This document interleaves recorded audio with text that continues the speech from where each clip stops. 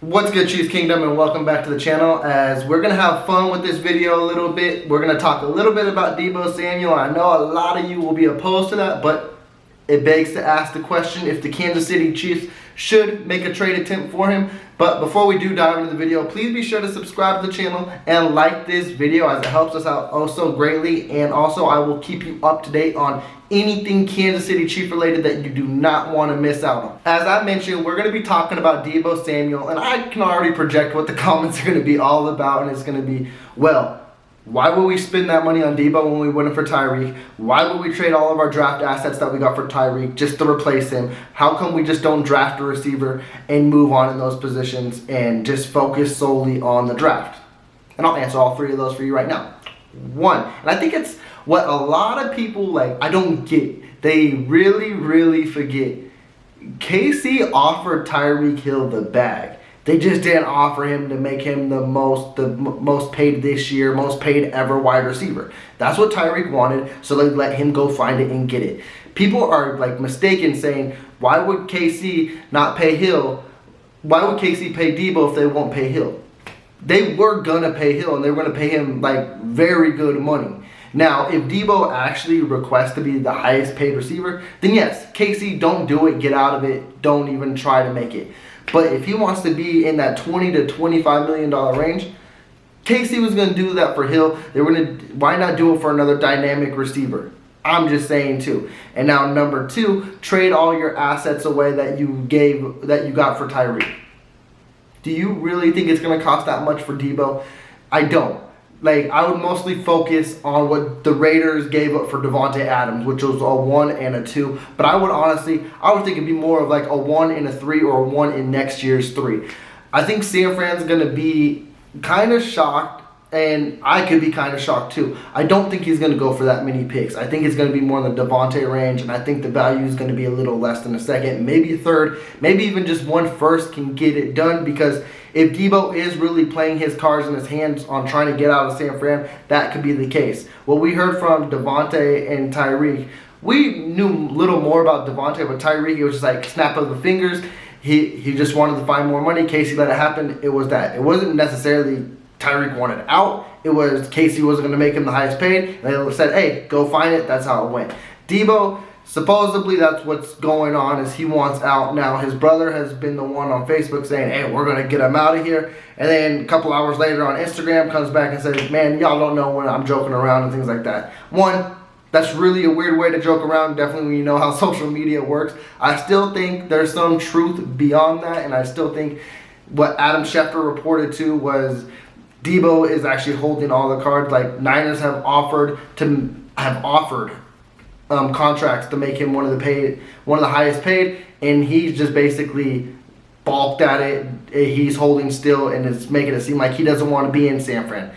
If that's the case, closer and closer we get to draft, and if he's still holding still at it, San Fran might be in a position to where they have to force a trade. And if that's the case, why not KC be interested? And also, now we're going to jump to the third part, and it's the draft. Guys, there's nowhere you can win with Chiefs Kingdom on this. Chiefs Kingdom does not want to trade up for a receiver. They don't want to trade up for a Jameson Williams. They don't want to trade up for a Chris Olave. They would hope they fall to him, but let's be realistic. That is not going to happen. Those guys are going to be picked way earlier, maybe at stops around the Packer range. KC's going to have to trade up into the early 20s or earlier than that to grab one of these guys. And if they stay still, you're going to be left with a guy like Christian Watson, Sky Moore, and a George Pickens, which my biggest bet is George Pickens. But also, too, I do think that's kind of a reach. But if he wasn't hurt, in my eyes, he would have been a top 15 pick. So I wouldn't be too mad at that. But for the people that are going up to bat for a Christian Watson or a Sky Moore, love both of them. They're great prospects and things like that. But are they a contributor day one? I don't think so. I think you're not going to get a full development into year two. Sky Moore can give you more potential in year one. But Christian Watson, he's going to be that go guy in the slot that, hey, go deep and do what you got to do. And we've heard comments too, is how are we going to keep investing in fast guys, and then you want to draft one too? Christian Watson, that's what he's about. So it's going to be interesting to see. I say if he's available, go for Deebo Samuel. He's a unique talent, and I know now people are also going to mention well, he's hurt every year and he'll just get hurt really quickly with KC, and KC's just going to waste all the money. Here's what KC does, and I'm not going to argue that he does get hurt and it's something you got to be concerned with, because it is something you got to watch out for. That is very, very valid. But also, too, I don't think KC is going to use him in the same aspect that a San Fran would. Now, they will use him here and there, but let's remember how Tyreek started his career with Kansas City. He was a strictly returner, and then he made like great plays in the slot. And then when it started to develop, he was same as Deebo. He was taking out the backfield. He was returning punts. He was doing everything. But Reed was smart enough to know he knows how to prolong a receiver's career. You saw year after year when Hill developed in one of the top potential wide receivers, he wasn't taking those handoffs out the backfield no more. He wasn't returning kickoffs. He wasn't returning punts. And he was very seldomly taking reverses. We would still give him reverses because that's just the excitement of it, and that's what Deebo would do too. But you would notice that Hardman was the one who was getting most of the reverses. Hardman was the one getting most of the screens. As years went on, Tyreek's role became strictly receiver. And if KC does that, that's where they're going to envision Deebo too. I'm not going to see too many. If Deebo's a chief, I'm not going to see too many handoffs in the backfield. Now, you might see one or two to start off his career in KC, but just like we saw with Tyreek. But as the years go on, that's going to be eliminated. So I'm not concerned with that whatsoever, because Reed knows how to use his receivers. So you also got to put that in factor too. So just because he hasn't played every game and every year that he's been in the NFL, that is very true. But Reed knows how to give the correct workload to the player's ability and their stature. So you also got to watch out for that too.